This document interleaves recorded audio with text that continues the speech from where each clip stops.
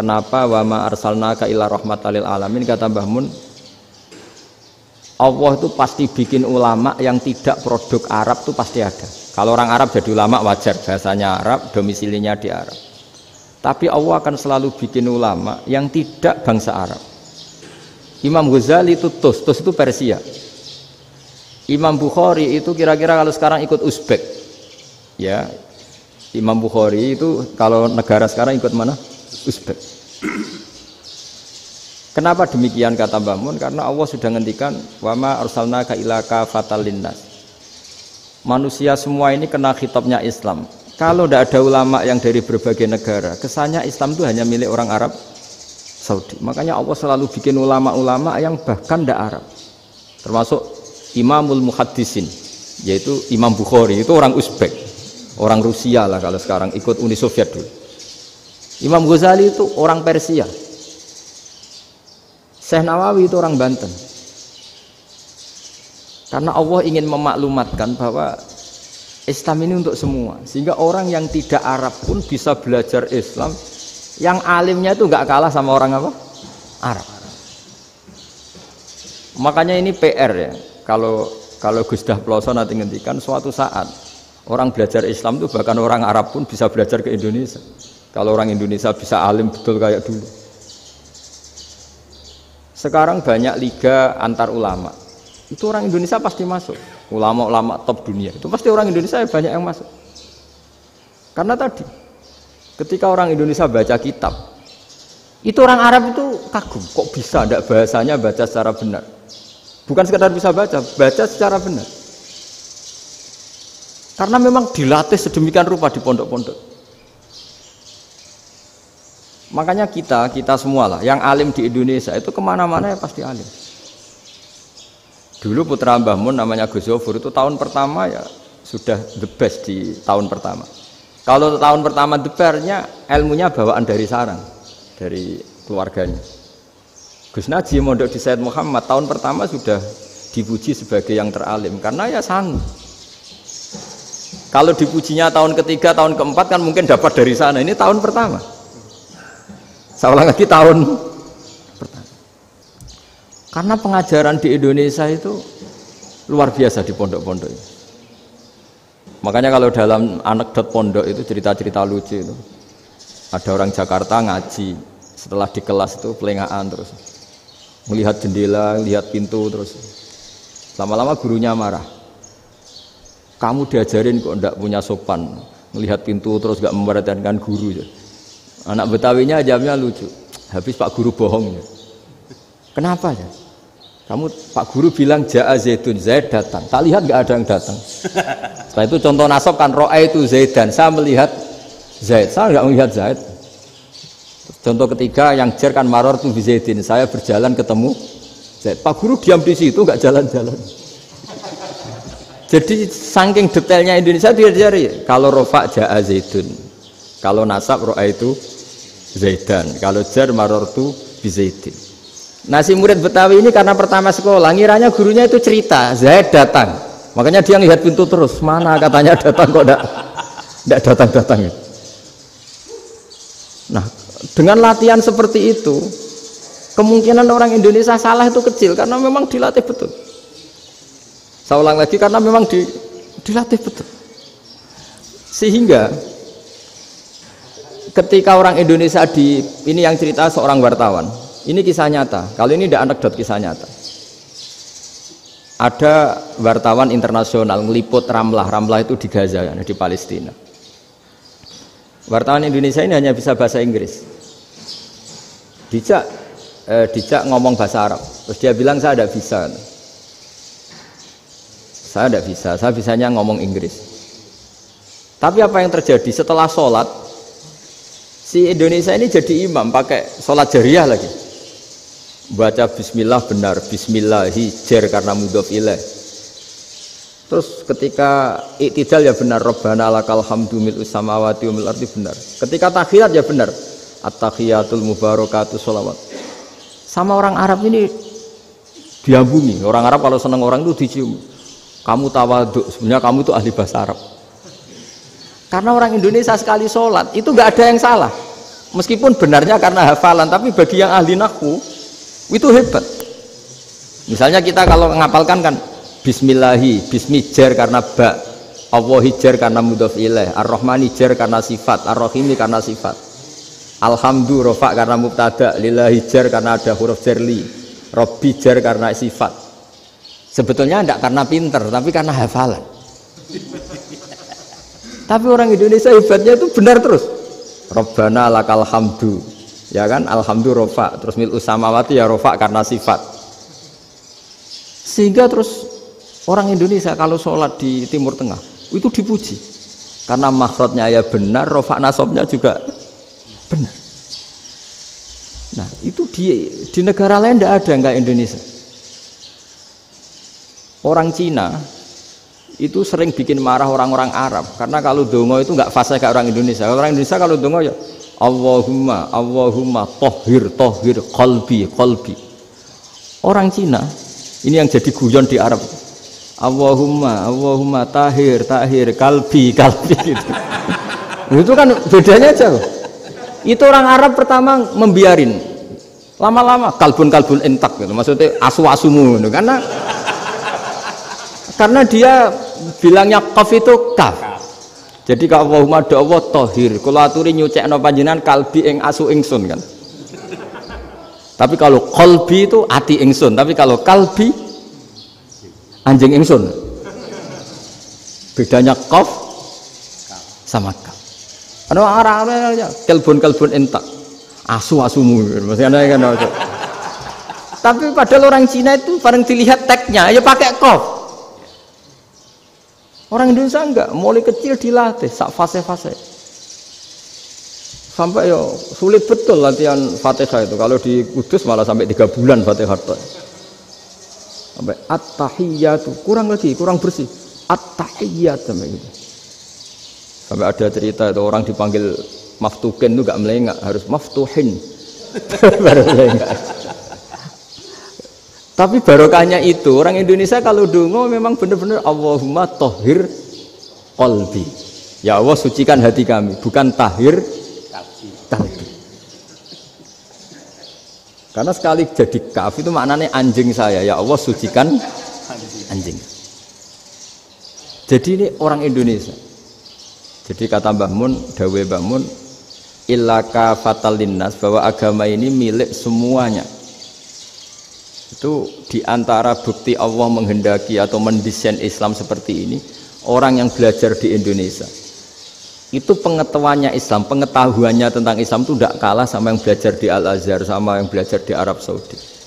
Makanya ini PR-nya UMM, PR-nya IAIN, PR-nya UIN. Bisa enggak sealim mereka dalam bahasa Arab? Nah, bahasa Arabnya mau man anta, ana zaidun.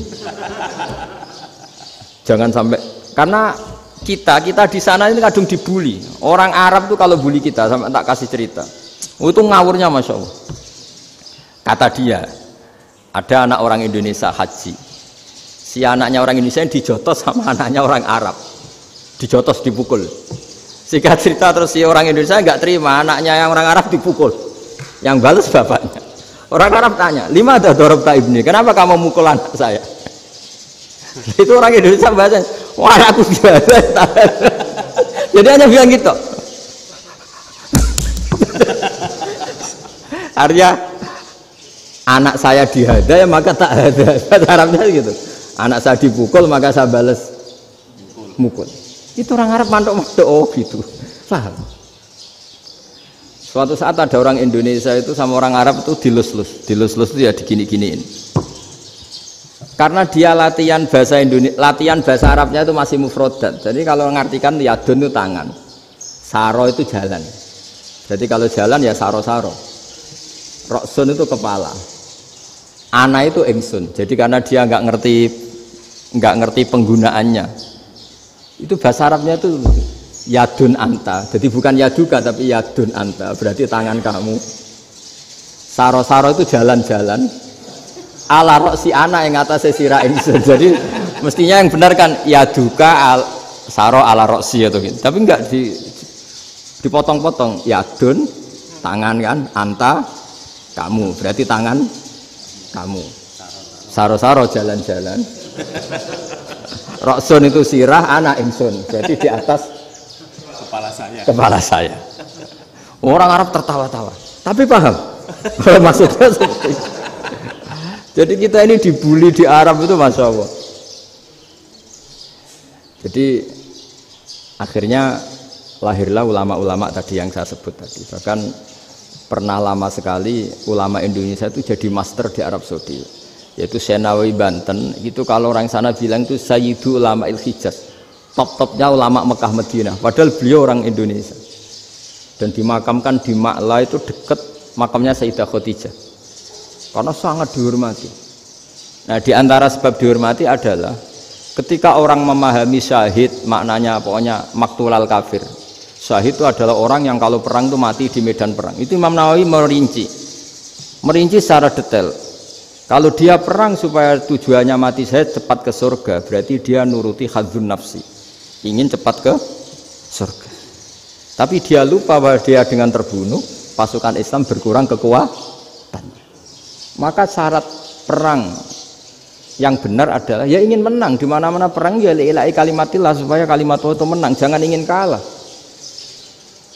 Soal dia mati takdir, tapi jangan ingin mati. Wah, itu terus dikagumi.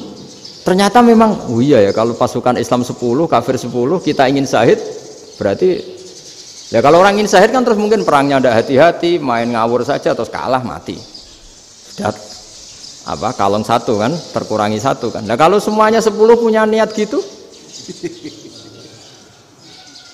nah itu Syekh Nawawi. Syekh Nawawi itu orang yang begitu gampang nerangkan Quran. Bahkan ketika orang Arab kesulitan ngartikan famathaluhu kamathalil kalbi intahmil alaihi yalhas atau tatrukhu yalhas. Orang tomak itu ibarat kayak anjing. Anjing itu kamu kasih makan ya tetap melet, menjulur-julurkan lidahnya, kamu ndak ya ndak. Imam Nawawi ditanya, "Ma wajhusibi?" Lalu wajah tasbihnya di mana? Beliau menjawab, "Fit tomak." Jadi anjing punya dua sifat yang berlawanan.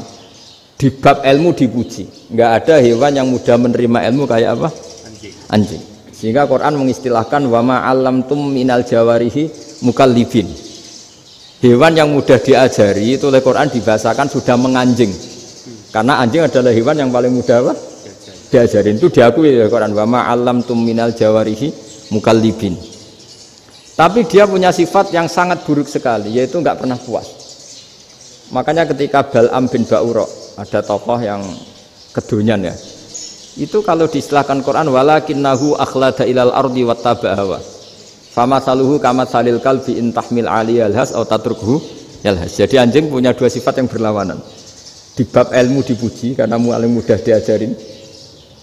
Itu saya pernah ke Malaysia, diceritain sama polisi Malaysia. Anjing itu saking cerdasnya itu bisa deteksi CD palsu sama CD bajakan, asli sama bajakan. Itu kan nggak kebayang. Kalau narkoba mungkin masih ada bau khusus ya, atau mesiu atau bom masih ada bau khusus. Ini enggak. Anjing itu dilatih ngecek CD yang asli sama yang palsu. Wah, itu kebablas itu pinternya itu. Itu harganya itu 1 miliar lebih, paling mahal. Jadi mungkin bisa deteksi ini dosen betul apa abal-abal itu bisa. Itu kiai betul apa kiai pesanan itu mungkin bisa. Itu saya punya kitab namanya Al-Hayawanul Kubro. Itu cerita prestasi-prestasi hewan. Itu yang berkuras-kuras sampai berjilid-jilid. Itu ya cerita anjing. Tidak ada hewan sebaik anjing. Di bab itu ya, di bab sampai ya tadi ada anjing yang sangat loyal sama majikannya. Loyalnya Masya Allah, sopannya Masya Allah. Anjing itu mbok lama berbakti sama sampean, nggak mau tidur di ruang tidurnya sampean, dia tetap tidur di luar. Corong Jawa nggak ngelama. Suatu saat si raja ini minum, wisata minum. Pas mau minum diterjang sama anjingnya sampai tumpah. Kecewanya raja ini itu karena selama ini anjingnya sopan sekali. Sekedar ganggu di ruangannya nggak pernah, malah ini mau minum, minuman yang disukai diterjang anjingnya tumpah. Marah kan anjingnya di mana? Ternyata apa? Minuman itu, anjing ini tahu kalau minuman itu beracun, diracuni oleh musuhnya. Itu saking hebatnya anjing sampai ketika ngawal rajanya itu tidak sekedar ada penjahat atau maling, bahkan trik-trik kayak minumannya diracun oleh orang lain tuh anjingnya tahu, sehingga pas mau diminum diterjang sampai terus supaya nggak keminum. Makanya Quran istilahkan anjing itu apa? Wa ma 'allamtum minal jawarihi mukallibin, hewan piaraan yang kamu ajarin nanti sampai sepinter anjing. Makanya Ashabul Kahfi itu ketika ngajak anjing tadi, beliau tidur, anjing itu tidurnya bil wasit, wakal buhum basitun zira'aihi bil wasit. Jadi dia tidur dalam posisi siaga. Loh, coba anjing itu nggak pernah sekolah, karena dia posisi menjaga, tidurnya itu kayak siaga gini, bukan ngorok semadep ke atas terlentang, itu enggak. Andai kan dia tidur terlentang itu kan yang mau mengganggu kan, wah sunai turu, itu enggak, dia tidur posisi siaga. Makanya disebut lawit tolak ta'alaihim lawalaita minhum firaron. Kalau kamu melihat anjing itu pasti lari, karena dia posisi siap merekam. Jadi tidur tapi posisi siap merekam. Jadi matanya tetap terbelalak kayak siaga. Padahal itu enggak diperintah, ya dia memang punya nalar untuk itu. Ini disebut wa ma 'allamtum minal jawarihi mukallibin. Dan dalam teori modern juga gitu. Tapi dalam hukum Islam yang dianut mazhab Syafi'i itu anjing tetap najis. Ya sudah, najis ya najis, tapi ada mazhab lain yang mengatakan tidak najis. Tapi tidak usah ngurmat anjing, geger nanti kalau rektor kampus punya anjing. Tapi ilmu itu bagus untuk kelangenan kadang. Andai kan tidak ada mazhab Malik, maka kita kesulitan menceritakan Ashabul Kahfi yang hewan piaraannya itu anjing. Tapi misalnya anjing disucikan, kita juga nanti susah menjelaskan hadis Nabi malaikat itu tidak masuk rumah yang di situ ada apa? Anjing. Maka ilmu itu, makanya kata Imam Sa'roni, sebagian ilmu itu memang kelangenan, tapi nggak boleh jadi praktek. Tapi harus ada. Misalnya begini, contoh paling gampang. Api dalam mazhab Syafi'i kan alat pensuci hanya dua, air dan tanah. Ya, saya ulang lagi, air dan tanah, yaitu tanah untuk mensucikan najis anjing. Imam Abu Hanifah menambahkan api. Mazhab Syafi'i itu agak kesulitan ketika ada batu bata dibikin dari tanah-tanah yang bercampur kotoran. Mazhab Syafi'i akan kesulitan karena di situ ada najis yang jadi materinya bata. Hukumnya gimana kalau nanti dipakai masjid? Tapi barokahnya ada beberapa mazhab. Abu Hanifah mengatakan dan api.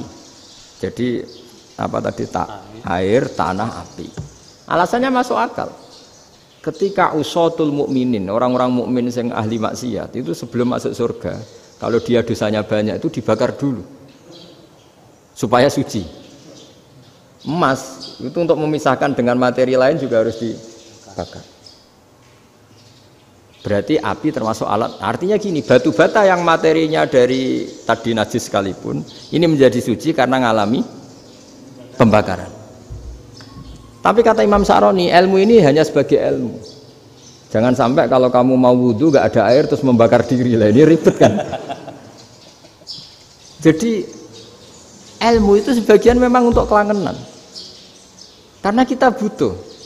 Andai kan tidak ada mazhab Abu Hanifah, maka kita akan kesulitan pakai bata. Kita tahu cara bikinnya kadang di tempat yang kotor, di tempat yang najis. Tapi karena ini ngalami dibakar, maka hukumnya suci menurut mazhab Abu Hanifah. Dan itu sering ulama itu sampai apa? Saya punya kitab fikih namanya Fardul Masail. Pengandaian ada masalah. Jadi masalah itu belum terjadi tapi diandaikan. Misalnya kayak di Texas. Bumi itu bulat bola. Texas itu kalau dibor itu pas Ka'bah. Lalu kiblatnya di mana? Bumi ini kan hanya rubuk-rubuk seperempat, yang ada arah itu seperempat. Tapi kalau Ka'bah itu sama Texas, atau Texas dengan Ka'bah itu lalu kiblatnya mana? Wong sudah bebas arah. Maka ilmu mengatakan maro'ahul muslimuna hasanan fawa indawa hasanun. Kamu jangan nuruti ilmu hakikat, tapi nuruti mindset. Kalau mainstreamnya orang banyak seperti itu, mindsetnya orang sana, misalnya Ka'bah sana, ya ikut sana. Tapi ini tidak mewakili hakikat, karena kalau yang 380 derajat itu kan terus ribet. Makanya ini kesulitan di bab-bab fikih. Ya saya ulang lagi, kesulitan di bab-bab fikih. Makanya fikih itu selalu bicara, misalnya gini, ada orang sholat, saya ulang lagi, setelah salam pertama dia kentut, itu sholatnya batal apa enggak? Itu lama berdebat. Yang dikatakan rukun sholat itu salam pertama, sehingga orang kalau sudah salam pertama, maka sudah keluar dari sholat. Maka kalau kentut enggak apa-apa, wong yang keluar dari sholat itu salam pertama. Tapi lalu pertanyaannya, kenapa Nabi salam 2 kali? Lalu yang kedua gunanya apa? Ribet kan, partai ini kalah pasti kalau ditanya gitu. Tapi kalau ditanya dibalik, sholat itu satu ibadah yang dimulai dengan takbir, yang diakhiri dengan salam. Berarti salam pertama itu pengakhir apa nunggu salam kedua? Pertama, di semua ulama bilang salam pertama. Kalau salam pertama sudah pengakhir, berarti pembatalan setelah itu nggak punya efek, nggak punya akibat. Itu kan ribet. Debat fikih itu memang ribet. Fikih itu memang senam otak karena pertanyaannya mirip-mirip seperti itu. Nah, sampean milih mana? Milih salam pertama apa salam kedua? Pasti ulama milih salam pertama. Jadi anehnya fikih itu di situ. Misalnya orang mati, takbir itu berapa kali? 4 kali. Andai kan takbir 5 kali itu batal apa enggak? Satu ulama mengatakan 5 kali itu batal.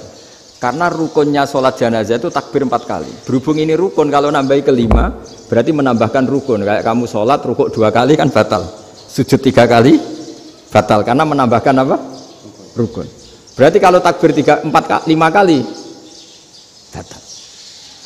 Tapi pertanyaannya, takbir itu adalah wiridan biasa, sehingga kalau ditambahkan nggak punya akibat batal.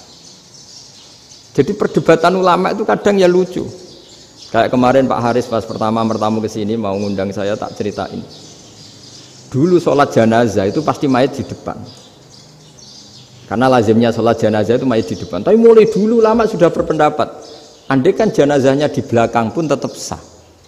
Fa'innal janazah laisat bi imamin, karena jenazah itu tidak imam. Kenapa harus di depan? Oh, tidak imam kok harus di depan. Itu mulai dulu. Sehingga ketika Arab Saudi pernah mengalami tragedi, ada orang yang dibungkus kayak mayit, ternyata senjata. Setelah di dekat Ka'bah dipakai. Dulu tragedi tahun berapa itu? Pokoknya pernah ada tragedi itu. Semenjak itu Arab Saudi kalau ada orang mati tetap di kamar mayit, terus ada sholat jenazah. Padahal mayitnya di belakang yang jamaah. Jadi meskipun kita tidak akan bikin ajaran baru jenazah di belakang, ya tidak keren, kasihan kan, tetap biasanya di depan ya di depan. Tapi meskipun jenazah ini di depan, kita tetap berpendapat andai kan di belakang tetap sah, tapi nggak usah dipraktekkan. Nah, pentingnya ilmu ini begini, saya misalnya di Rembang, boleh nggak nyolati ghaib jenazah yang di Surabaya? Boleh kan, padahal yang kita sholati di belakang. Jadi ilmu itu penting, cocok tidak cocok, namanya ilmu itu penting. Terus ada gini lagi pertanyaan di fikih. Memang saya sengaja akan ngaji fikih. Kalau ngaji intelektualitas orang Muhammadiyah juara lah. Tapi ini ngaji fikih. Ada orang sarongnya itu pas sampai lutut. Kalau berdiri lututnya tertutup. Tapi nanti kalau ruko agak jengking lututnya terbuka. Itu batalnya nunggu ruko apa mulai takbir sudah batal? Padahal pasti nanti batal kalau rukuk ini. Itu ada ulama yang mengatakan, ya batalnya nunggu rukuk. Bagaimanapun terjadinya pembatalan waktu rukuk. Ada ulama mengatakan, ya enggak, mulai awal sudah tidak sah itu, karena pasti ngalami batal. Nah, pertanyaan-pertanyaan seperti itu penting karena lalu Allah menilai apa? Ya nilai niatnya. Misalnya gini, kalau contoh itu mungkin Anda tidak tertarik, tapi contoh begini. Kita mau operasi jam 10 siang. Kita tahu kalau nanti 10 siang akan divonis medis harus makan karena mau berobat. Malamnya itu kalau kamu orang soleh, bayangkan kamu orang soleh. Kalau tidak orang soleh kan tidak punya komitmen.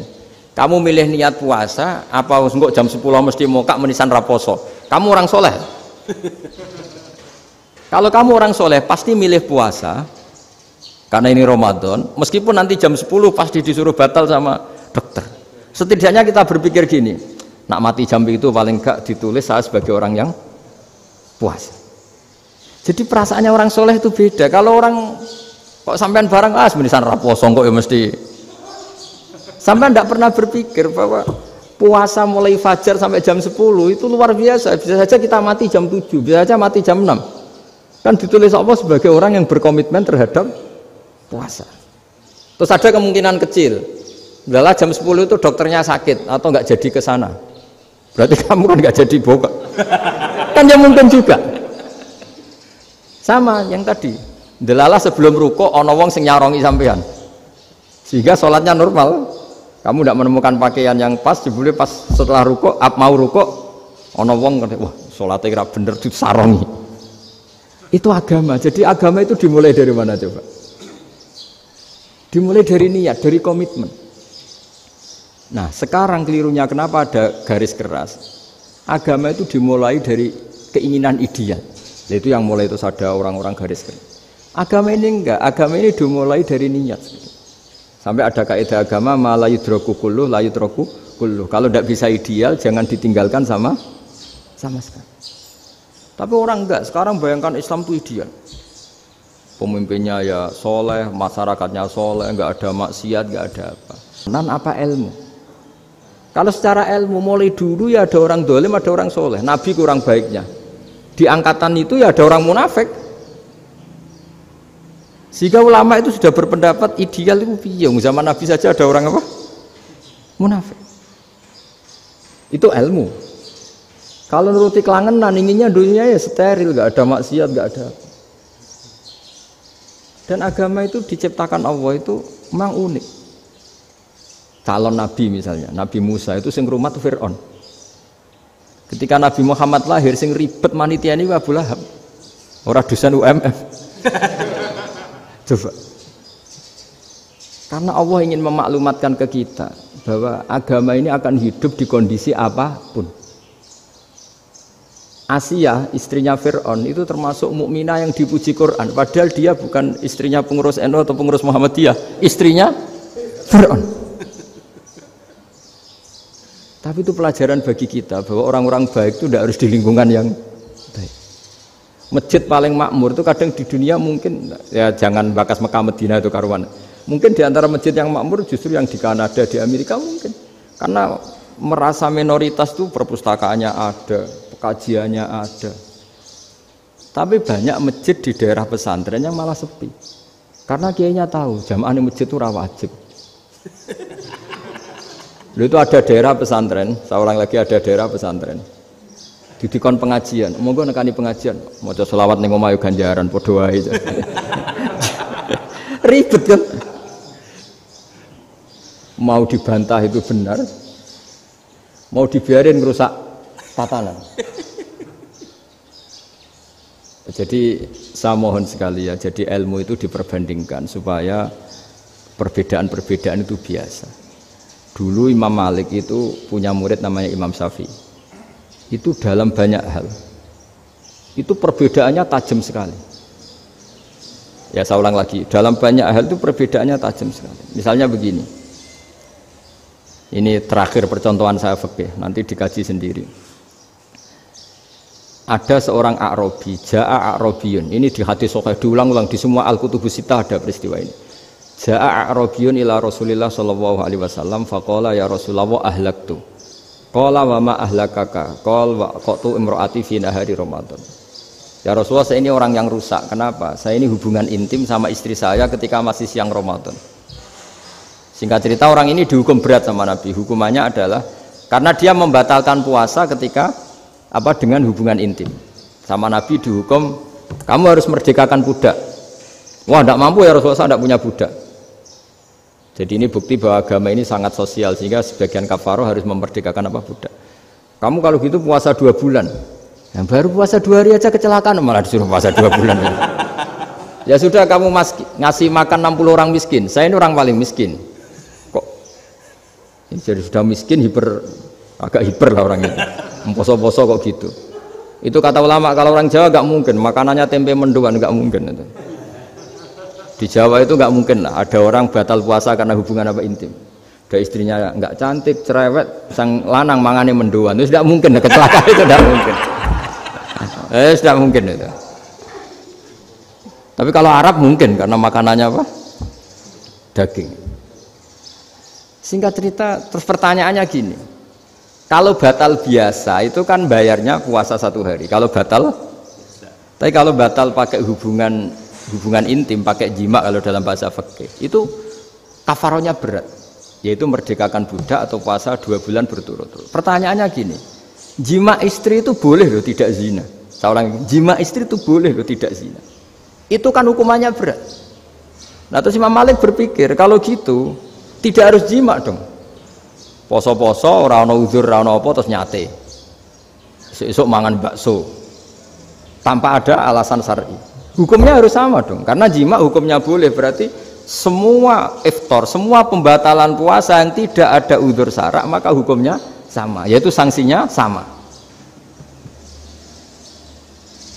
Masuk akal enggak? Masuk akal dalam mazhab Imam Malik. Dalam mazhab Syafi'i enggak. Mulai dulu jima itu beda. Kayak mertamu nih gone wong, mangan iku oleh, tapi nak nggo bojomu mbok jima niku wis nemen ngawure lah. Tetep beda. Dari Imam Syafi'i itu pokoknya beda, jima sama makan itu beda. Lah ya terus setelah itu terus ada pertanyaan. Bagaimana kalau makan dulu baru jima? Ribet kan? Makanya itu sampai dibabkan Kitabul Khilafil Fiqhi, bab merekayasa fikih. Makanya itu perdebatannya orang Hanafi sama Imam Syafi'i juga sama. Ada orang jam segini lapar sekali, kalau langsung makan kan kena sanksi.